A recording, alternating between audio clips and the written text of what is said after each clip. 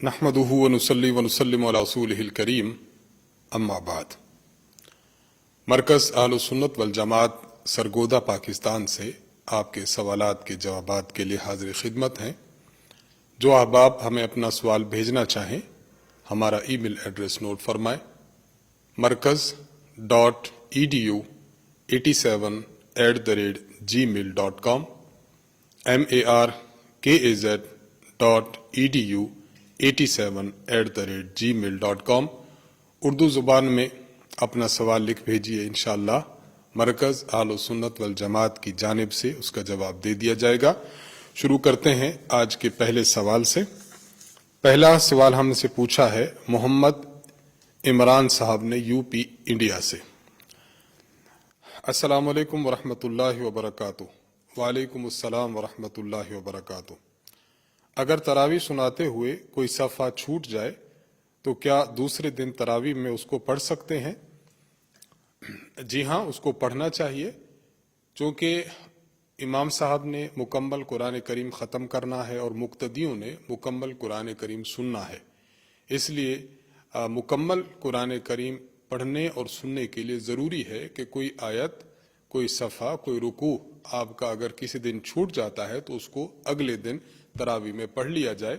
اگر اگلے دن تراویح میں نہ پڑھیں گے اور کسی دن بھی اس کو نہ پڑھا تو پھر آپ کا قرآن کریم مکمل شمار نہیں ہوگا۔ مکمل قرآن کریم کرنے کے لیے اس صفحے کو اگلے دن پڑھنا ضروری ہے۔ محمد اعجاز انصاری صاحب آپ سوال کرتے ہیں کہ نماز کے قاعدے میں جو سیدھے ہاتھ کی انگلیوں کا حلقہ بنایا جاتا ہے، اس حلقے کو شروع قاعدے سے آخر نماز تک باقی رکھنا ہے یا صرف اشہد ان لا الہ الا اللہ کہتے وقت حلقہ بنانا ہے؟ نیز حلقہ بنانے کا صحیح طریقہ کیا ہے؟ جواب دے کر شکریہ کا موقع عطا فرمائیں۔ محمد اعجاز انصاری صاحب، جب التحیات انسان پڑھتا ہے، اشہد ان لا الہ الا اللہ و اشہد ان محمد عبدہ و رسولہ، اس پر حلقہ بنانا چاہیے، اور جب حلقہ انسان بنا لے تو اس حلقے کی جو ہیئت اور صورت ہے اس کو آخر تک برقرار رکھنا ہے۔ ایسا نہیں ہے کہ انسان حلقہ بنائے اور حلقہ بنا کر بس پھر چھوڑ دے اور انگلیوں کو پہلی ہیئت اور پہلی شکل و صورت پر رکھے، ایسا نہیں ہے، بلکہ حلقہ بنا کر اس حلقے کو آخر تک قائم رکھنا ہے۔ باقی آپ کا یہ سوال کہ حلقہ بنانے کا طریقہ کیا ہے، تو احادیث مبارکہ میں اس حلقے سے متعلق جو الفاظ آئے ہیں وہ ہیں کہ انسان حلقہ بنائے، نبی علیہ السلام حلقہ بناتے تھے اور 53 کے عدد کا اشارہ فرماتے تھے۔ 53 کا عدد یہ ہے کہ آپ کا یہ دایاں ہاتھ ہے، دائیں ہاتھ کی جو پہلی 3 انگلیاں ہیں آپ ان انگلیوں کو یوں موڑیں کہ ان انگلیوں کی جڑ میں ان کے پورے آ جائے یوں، اور آپ کا جو انگوٹھا ہے انگوٹھے کو آپ انگشت شہادت کی جڑ میں لگا دیں یوں۔ یہ 53 کا اشارہ ہے، یہ 3 کا اشارہ اور یہ 5 کا اشارہ، اس طرح آپ نے اشارہ کرنا ہے اور اپنی انگلیوں کو اسی طرح موڑے رکھنا ہے سلام تک۔ یہ جو اشارہ ہے اسے عقد انامل کہا جاتا ہے کہ انسان اپنے ہاتھوں کی انگلیوں سے اعداد کو شمار کرے، اور ان شمار کرنے کو عقد انامل کہا جاتا ہے۔ اس پر اگر مفصل آپ نے بحث دیکھنی ہے، استاذ محترم حضرت متکلم اسلام مولانا محمد الیاس گھمن صاحب دامت برکاتہم نے ایک فائل، نوٹس، تحریر مرتب فرمائی ہے، عقد انامل اس کا عنوان ہے۔ ہماری ویب سائٹ www.ahnafmedia.com پر آپ کو PDF شکل میں یہ فائل مل جائے گی، یا مرکز میں رابطہ کر کے اس فائل کو منگوا سکتے ہیں۔ اس پر استاذ محترم کے باضابطہ ویڈیو کلپس بھی موجود ہیں جس میں استاذ محترم نے طریقہ بیان فرمایا ہے کہ فلاں عدد کا عقد انامل، فلاں عدد کو کس طرح ہم بیان کریں گے۔ تو حدیث مبارک میں تشہد کے وقت اشارے کے لیے 53 کا لفظ ہے، اور 53 کا لفظ عقد انامل میں اسی طرح ہے کہ آپ نے پہلی 3 چھوٹی انگلیوں کو ان کی جڑ میں لگانا ہے اور انگوٹھے کو آپ نے اپنے انگشت شہادت کی جڑ میں یوں لگانا ہے، تو یہ 53 کا اشارہ ہو جائے گا۔ اس طرح اشارہ کریں گے تو انشاءاللہ یہ مسنون ہوگا۔ مبشر حسان صاحب سوال کرتے ہیں السلام علیکم ورحمۃ اللہ وبرکاتہ۔ وعلیکم السلام ورحمۃ اللہ وبرکاتہ۔ اگر کوئی بندہ اپنی زمین بعوض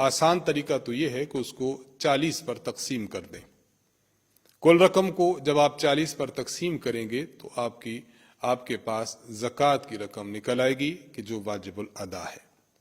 اور ایک اور بھی طریقہ اسی سے ملتا جلتا کہ آپ قابل زکوٰۃ جو رقم ہے اس زکوٰۃ کی قابل زکوٰۃ رقم کو آپ ملٹیپلائی کر دیں 2.5% کے ساتھ. یوں اگر آپ کریں گے تب بھی آپ کی زکوٰۃ کی رقم معلوم ہو جائے گی. محمد عاقل صاحب نے سعودی عرب سے سوال پوچھا ہے. آپ پوچھتے ہیں کہ حضرت متکلم اسلام مولانا محمد الیاس گھمن صاحب نے جو 20 رکعت تراویح والا پوسٹر شائع کیا ہے اس میں یہ حدیث کوڈ کی ہے: ان الحسن ان عمر بن الخطاب رضی اللہ عنہ جمع الناس علی ابی بن کعب فی قیام رمضان فکان یصلی بہم 20 رکعتا. سنن ابی داود جلد اول صفحہ 203. بعض لوگ کہتے ہیں کہ سنن ابی داود میں 20 رکعتن یعنی 20 رکعت کے لفظ نہیں ہیں بلکہ 20 راتوں کے لفظ ہیں. مولانا نے یہ بات صحیح نہیں لکھی، برائے کرم کلیئر کر دیں، جزاک اللہ. ان کے جو سوال ہے اس کا حاصل یہ ہے کہ استاذ محترم نے ایک پوسٹر شائع فرمایا ہے 20 رکعت تراویح کے دلائل پر. وہاں سنن ابی داود کے حوالے سے ایک روایت لکھی ہے. روایت انہوں نے جو کوڈ کی ہے کہ حضرت عمر بن خطاب رضی اللہ تعالی عنہ نے لوگوں کو حضرت ابی بن کعب رضی اللہ تعالی عنہ کے پیچھے جمع فرمایا رمضان میں تراویح کے متعلق، اور حضرت ابی بن کعب ان کو 20 رکعت پڑھاتے تھے. سائل یہ سوال کر رہا ہے کہ حضرت عمر بن خطاب رضی اللہ عنہ کے بارے میں یہ جو روایت ہے سنن ابی داود میں 20 رکعتن نہیں ہے بلکہ 20 لیلتن ہے، اور حضرت استاذ دامت برکاتہم نے اس کو درست نہیں لکھا، یعنی لفظ تھا 20 لیلتن اور استاذ محترم حافظہ اللہ نے 20 رکعتن لکھ لیا، لہذا درست نہیں کیا. اس حوالے سے میں مفصلاً تھوڑی بات عرض کرنا چاہوں گا کہ دیکھیے سنن ابی داود کے 2 نسخے ہیں. ایک نسخہ میں 20 لیلتن ہے اور دوسرے نسخہ میں 20 رکعتن ہے. دونوں نسخے محققین حضرات نے روایت کیے ہیں اور دونوں صحیح ہیں. 20 لیلتن ہو تب بھی درست ہے، 20 رکعتن کا لفظ محققین حضرات نے نقل کیا ہے وہ بھی درست ہے. تو ہم دونوں نسخوں کو مانتے ہیں، کسی ایک کی آڑ میں دوسرے کا انکار نہیں کرتے. 20 لیلتن بھی ٹھیک ہے اور 20 رکعتن بھی ٹھیک ہے.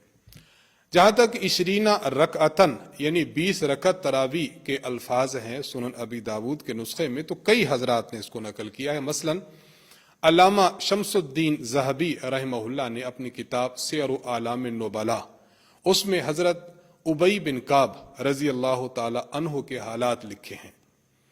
شمس الدین ذہبی بہت بڑے محدث ہیں، بہت بڑے علامہ ہیں اور اسماء الرجال کے بہت بڑے امام ہیں.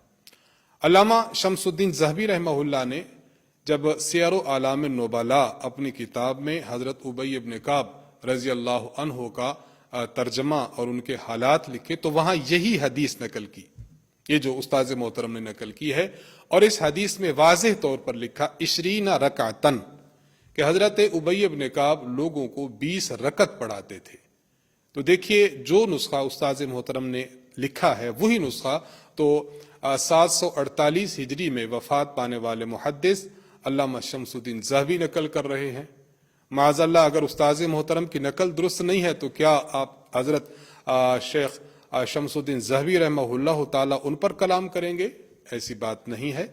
نمبر 2 دوسرا حوالہ ہم عرض کریں گے علامہ ابن کثیر رحمہ اللہ، ان کی کتاب جامع المسانید والسنن جلد نمبر 1 اور صفحہ 55 پر انہوں نے یہی روایت کوڈ کی ہے اور سنن ابی داود کے حوالے سے کوڈ کی ہے کہ حضرت ابی بن کعب رضی اللہ تعالی عنہ لوگوں کو 20 رکعت پڑھاتے تھے.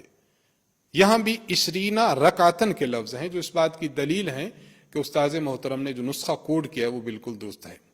نمبر 3 الہدی النبوی الصحیح فی صلاۃ التراویح صفحہ نمبر 56 پر شیخ محمد علی صابونی صاحب نے نبی علیہ الصلوۃ والسلام کی سے مروی روایات اور صحابہ کرام رضی اللہ تعالی عنہ سے مروی تراویح اس کو ذکر فرمایا ہے، اور اس میں انہوں نے یہی روایت سنن ابی داود کے حوالے سے کوٹ کیے اور جس نسخہ سے کوٹ کی ہے اس نسخہ سے جو الفاظ نقل کیے وہ 20 رکعتن یعنی 20 رکعت کے الفاظ ہیں۔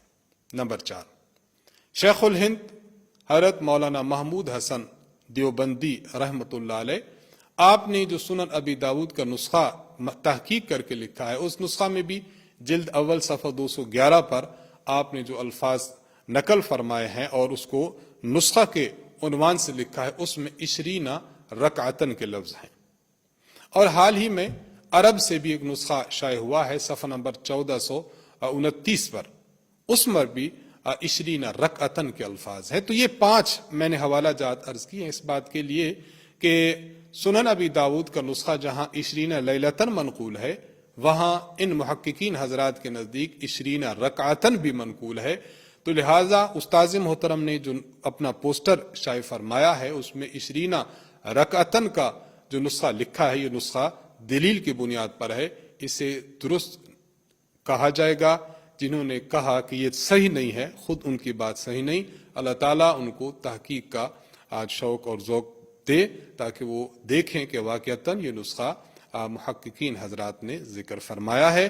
لہذا ان دلائل اور ان نسخہ جات کے حوالہ جات کی روشنی میں استاذ محترم کا نقل کردہ نسخہ بالکل درست اور بالکل صحیح ہے اور اس پر اشکال کرنا یہ غلط ہے۔ محمد سلیم صاحب کراچی سے آپ سوال کرتے ہیں کہ ایک عورت زیورات پہنتی ہے تو کیا پہنے ہوئے زیورات پر بھی زکوٰۃ دینا ہوگی یا نہیں؟ پہنے ہوئے زیورات پر بھی زکوٰۃ دینا ہوگی۔ دیکھیے سونا اور چاندی جس شیپ میں بھی ہوں، چاہے وہ ڈلی کی شکل میں ہے، چاہے وہ زیور کی شکل میں ہے، چاہے وہ برتن کی شکل میں ہے، جس شیپ میں بھی آپ کے پاس سے موجود ہوں تو ان کی زکوٰۃ ادا کرنا ہوگی۔ خواتین جو زیورات پہنتی ہیں تو پہنے ہوئے زیورات پر بھی زکوٰۃ ہوتی ہے۔ اس پر 2 روایات آپ کے سامنے عرض کر دی جاتی ہیں۔ پہلی روایت مسند احمد بن حنبل میں حدیث نمبر 27614، حضرت اسماء بنت یزید رضی اللہ عنہ آپ فرماتی ہیں کہ میں اپنی خالہ کے ساتھ گئی حضور علیہ السلام کی خدمت میں، اور ہم نے پہنے ہوئے تھے کنگن سونے کے، تو حضور علیہ السلام نے جو ہے وہ دیکھا اور آپ علیہ السلام نے ارشاد فرمایا کہ کیا آپ اس کی زکوٰۃ ادا کرتی ہو؟ تو عرض کیا گیا یا رسول اللہ نہیں۔ آپ نے فرمایا کہ کیا تم اس بات کی سے خوف نہیں رکھتی کہ کل قیامت کے دن ان کنگنوں کے بجائے آگ کے کنگن پہنائے جائیں، اس لیے اس کی زکوٰۃ ادا کیا کرو۔ یہ روایت اس بات کی دلیل ہے کہ پہنے ہوئے زیورات پر زکوٰۃ ہے۔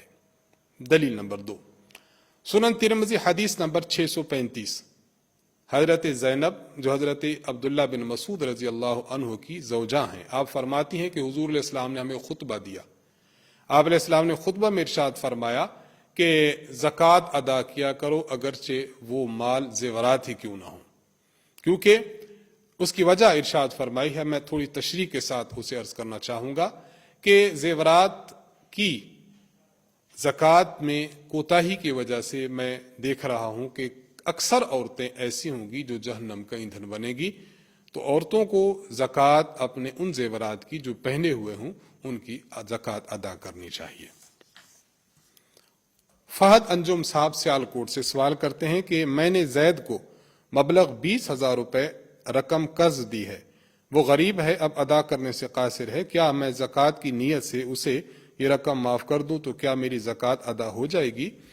ان کے سوال کا حاصل یہ ہے کہ انہوں نے رقم قرض دی ہوئی ہے زید کو، زید غریب آدمی ہے، زکوٰۃ کی جو ہے وہ غریب ایسا ہے کہ وہ قرض کی رقم ان کو واپس نہیں کر سکتا۔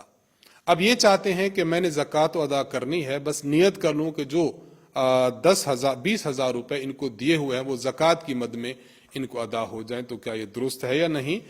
تو اس کا جواب سمجھیے کہ اس طرح کرنے سے زکوٰۃ ادا نہیں ہوگی۔ یعنی کسی کے پاس آپ کی رقم موجود تھی، قرض موجود تھا، وہ ادا کرنے سے قاصر رہا، اب آپ یہ نیت کر لیں کہ میری زکوٰۃ ادا ہوگی، تو اس طرح زکوٰۃ ادا نہیں ہوگی۔ اس کا حل یہ ہے کہ آپ 20,000 لیں اور 20,000 جا کر زید کو دے دیں، ہدیے کے عنوان سے، زکوٰۃ کے عنوان سے، گفٹ کے عنوان سے، جو بھی عنوان ہو آپ اس کو دے دیں، وہ زکوٰۃ کی رقم لے لے، اس کا مالک بن جائے، پھر آپ اس سے وہ زکوٰۃ کی رقم اپنے قرض کی مد میں وصول کر لیں۔ وصول نہ بھی کرے تو جبرن بھی لے سکتے ہیں کیونکہ آپ کا قرض ہے اور آپ کا حق ہے، آپ اس سے لینا چاہیں تو جبرن اس سے لے لیں، تو یوں آپ کی زکوٰۃ بھی ادا ہو جائے گی اور پراپر طریقے سے آپ کے قرض کی واپسی بھی ہو جائے گی۔ لیکن اگر یوں کر لیں کہ آپ یہ طریقہ کار اختیار کیے بغیر بس نیت کر لیں معاف کرنے کی اور زکوٰۃ ادا کرنے کی نیت کر لیں، تو اس طرح آپ کی زکوٰۃ ادا نہیں ہوگی۔ محمد جہانگیر صاحب نے ملتان سے سوال پوچھا ہے کہ آپ نے کل ایک مسئلہ بتایا تھا کہ مال تجارت پر زکوٰۃ فرض ہوتی ہے۔ میں نے جانور خریدے ہیں تاکہ انہیں پالوں اور عید الاضحیٰ پر فروخت کروں، تو کیا یہ بھی مال تجارت ہوں گے اور ان پر زکوٰۃ کب دینا ہوگی؟ دیکھیے، آپ نے جو جانور خریدے ہیں اس نیت سے کہ میں ان کو پالوں گا پھر آگے بیچوں گا، تو یہ آپ کے جو جانور ہیں یہ مال زکوٰۃ ہیں، مال تجارت ہیں، ان پر زکوٰۃ فرض ہوگی۔ ان پر زکوٰۃ کیسے فرض ہوگی، بس یہ آپ نے سمجھنا ہے۔ ان پر زکوٰۃ کی ادائیگی یوں ہوگی کہ آپ کی زکوٰۃ ادا کرنے کی جو فکس ڈیٹ ہے وہ دیکھی جائے گی۔ مثلا آپ کی زکوٰۃ ادا کرنے کی ڈیٹ ہے رمضان میں 15 رمضان کو۔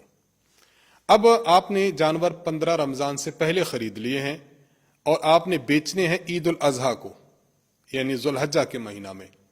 اب آپ کی ملک میں یہ جانور آ چکے، مثلا یہ جانور ہیں 5 لاکھ روپے کے۔ اب جب 15 رمضان آئے گی تو آپ نے جو اپنی زکوٰۃ کا حساب کرنا ہے اس میں 15 لاکھ کے جانور بھی ایڈ کرنے ہیں، کیونکہ یہ مال تجارت ہے اور ان مال تجارت کی بھی آپ نے زکوٰۃ ادا کرنی ہے۔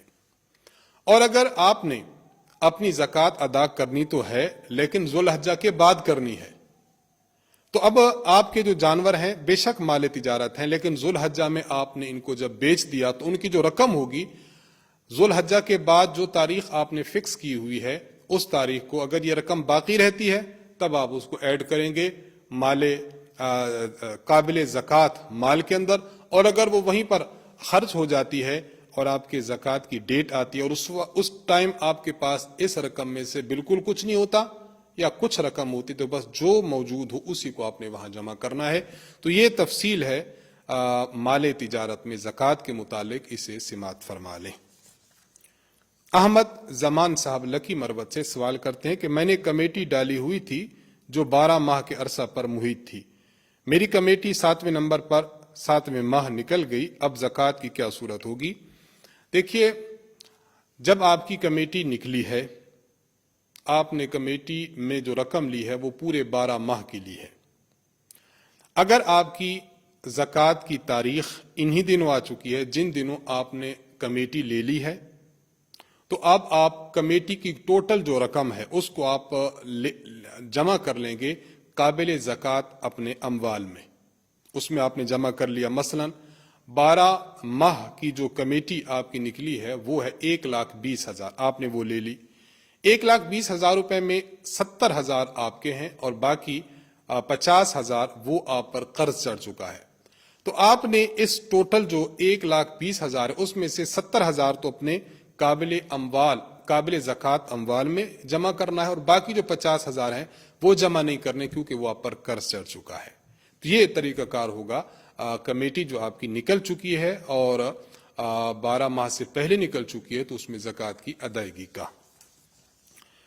شاہ نواز صاحب رحیم یار خان سے آپ سوال کرتے ہیں کہ میں نے حج کے لیے رقم جمع کی ہوئی ہے تقریباً 12 لاکھ روپے، اب رمضان میں میں نے زکوٰۃ ادا کرنی ہوتی ہے، کیا اس رقم کی زکوٰۃ بھی ادا کرنی پڑے گی جبکہ میں نے اس میں حج کی نیت کر لی ہے؟